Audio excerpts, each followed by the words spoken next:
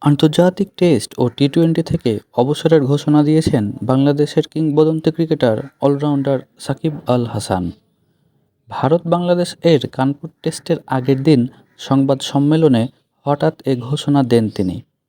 তার ক্যারিয়ারের শেষ টি-টোয়েন্টি তিনি খেলে ফেলেছেন তা জানিয়ে দেন। চলমান বাংলাদেশ বনাম ভারত কানপুর টেস্ট তার দেশের বাইরে শেষ টেস্ট হবে এমনটা তিনি পরিষ্কার করেন। দেশের মাটিতে আসন্ন সাউথ আফ্রিকার সাথে টেস্ট খেলেই অবসরে যাবেন তিনি, সে ইচ্ছা ব্যক্ত করেন।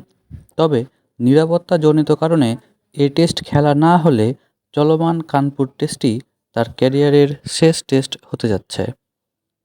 তবে ওয়ানডে খেলা চালিয়ে যেতে চান তিনি। আসন্ন 2025 সালের ফেব্রুয়ারিতে পাকিস্তানে অনুষ্ঠিত চ্যাম্পিয়ন্স ট্রফি খেলেই ওডিআই থেকে বিদায় নিতে চান তিনি। 129টি আন্তর্জাতিক টি-টোয়েন্টি খেলে প্রায় 2500 রানের পাশাপাশি 150টি উইকেট নেন তিনি।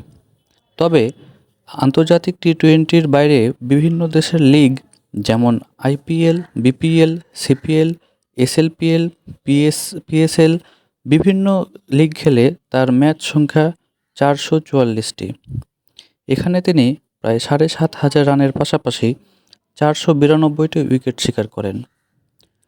রাজনৈতিক বিষয়ে কিছুটা বিতর্কিত থাকলেও তার বিদায়ে মলিন কোটি ক্রিকেট ভক্ত।